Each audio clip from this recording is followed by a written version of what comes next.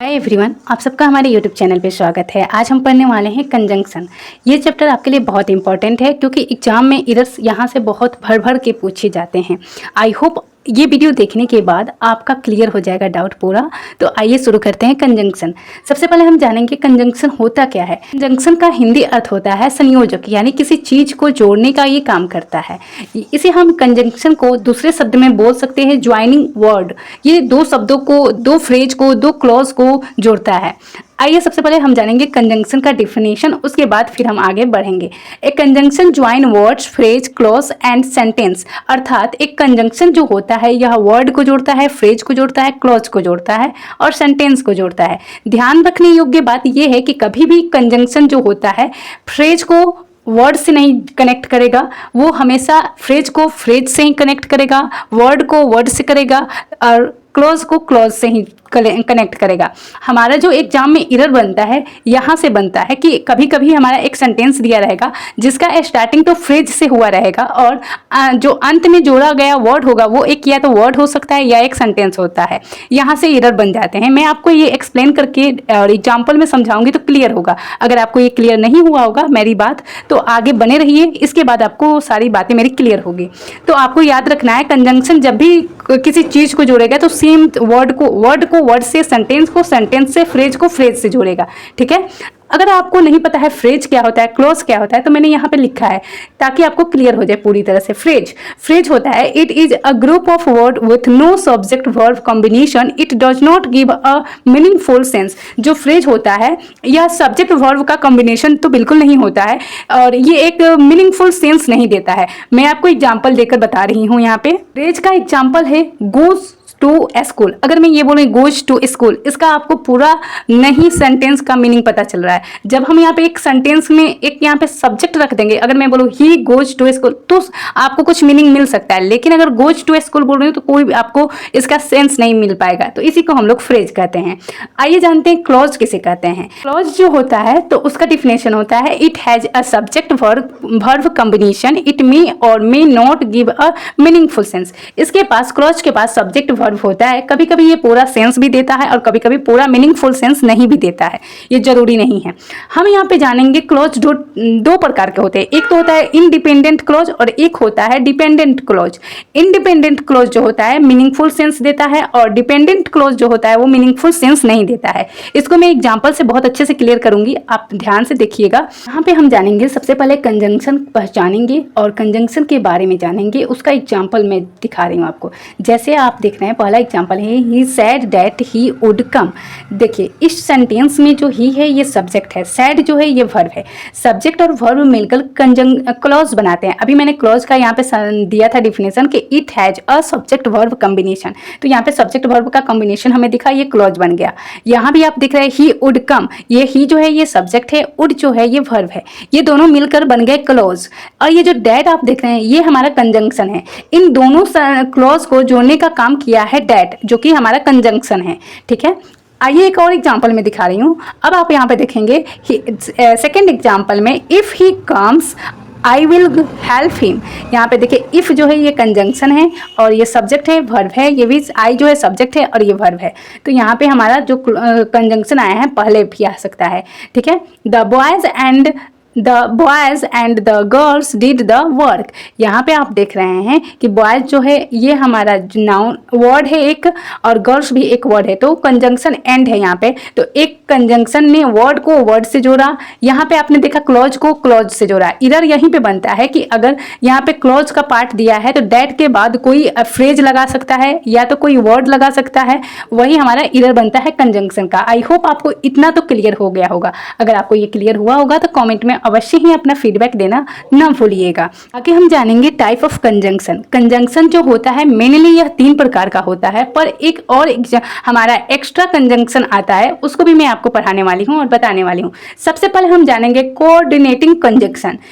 यह जो coordinating conjunction होता है तो ये लिंक करता है इंडिपेंडेंट वर्ड और फ्रेज को एंड क्लोज को। अभी मैंने आपको बताया इंडिपेंडेंट क्लॉज और डिपेंडेंट क्लॉज कौन से होते हैं। तो सबसे पहले मैं आप सबको इंडिपेंडेंट क्लॉज और डिपेंडेंट क्लॉज को बताऊंगी एग्जाम्पल के द्वारा। उससे पहले मैं आपको कोऑर्डिनेटिंग क्लॉज जो पढ़ा रही हूँ उसका एग्जाम्पल दे रही हूँ। ये होता है and, but, yet, as well as, so, therefore. ठीक है, आपको याद रखना है कोऑर्डिनेटिंग जो कंजंक्शन होता है यह इंडिपेंडेंट वर्ड को, फ्रेज को, क्लॉज को आपस में जोड़ता है। अब चलिए इसी को मैं आपको एग्जाम्पल के द्वारा क्लियर करती हूँ। जैसे कि आप यहाँ पे देख रहे हैं, हमारा एग्जाम्पल है he work hard but he fail.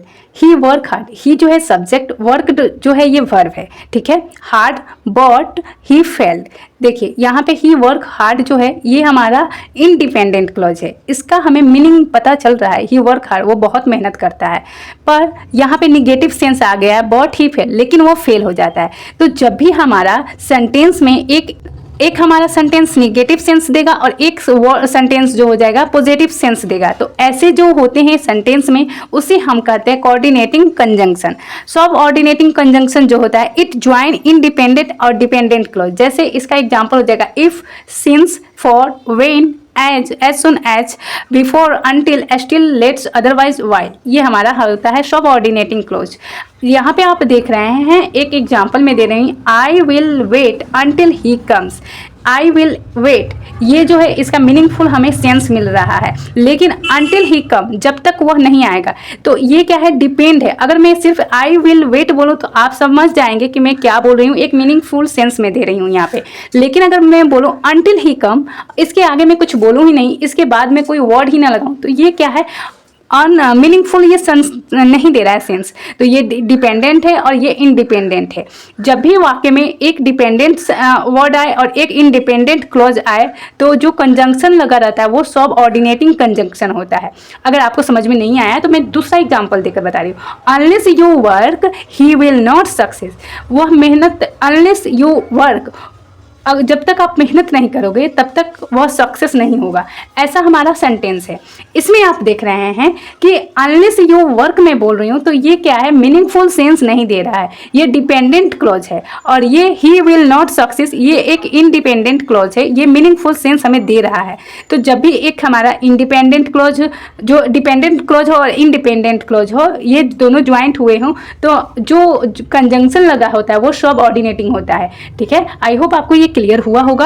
हमारा थर्ड एग्जाम्पल है since he was ill he could not come. देखिए यहाँ पे सिंस ही वॉज इल अगर मैं बोल रही हूँ तो इसका कोई मीनिंग नहीं मिल रहा है, हमें सेंस नहीं मिला। ये डिपेंडेंट क्लॉज है, ये डिपेंड है इस सेंटेंस पे कि ही कुड नॉट कम। अगर मैं बोल रही हूँ तो पूरा सेंटेंस बोला जा रहा है। अगर मैं ये इनडिपेंडेंट क्लॉज को छुपा दे रही हूँ और सिर्फ डिपेंडेंट क्लॉज में बोल रही हूँ तो कोई मीनिंगफुल सेंस नहीं बन रहा है। तो ऐसे ही जैसे सब ऑर्डिनेटिंग में क्या होता है कि एक मीनिंगफुल सेंस देता है और एक हमारा यानी मीनिंगफुल सेंस दे रहा है तो वो इंडिपेंडेंट है, और मीनिंगफुल सेंस नहीं दे रहा है तो वो डिपेंडेंट क्लॉज है। आई होप आपको ये क्लियर हुआ होगा। अगर आपको नहीं क्लियर हुआ है तो कमेंट बॉक्स में अवश्य ही बताइएगा। मैं आपको क्विक रिवीजन दे रही हूँ कि हमने पढ़ा सबसे पहले कंजंक्शन पढ़ा कि कंजंक्शन जो होता है हमारे दो सेंटेंस को सेंटेंस से जोड़ता है, वर्ड को वर्ड से और फ्रेज को फ्रेज से, क्लॉज को क्लॉज से। जब भी ये किसी को जोड़ेगा तो सेम चीज होगा। ऐसा कभी नहीं होगा कि वर्ड को जोड़ रहा है फ्रेज से, ऐसा वो नहीं करेगा। ठीक है, उसके बाद हमने पढ़ा क्लॉज क्या होता है, फ्रेज क्या होता है, वो सब हमने पढ़ा। उसके बाद हमने पढ़ा कि जो कंजंक्शन होता है वो 3 टाइप का होता है। कोऑर्डिनेटिंग कंजंक्शन जो होता है उसमें सिर्फ इंडिपेंडेंट क्लॉज होते हैं, जैसे कि आपने एग्जांपल में देखा था। यहाँ पे मैं फिर से वो एग्जांपल दिखा रही हूँ कि ये जो देख रहे हैं ये कोऑर्डिनेटिंग का है। ये he work hard but he fail.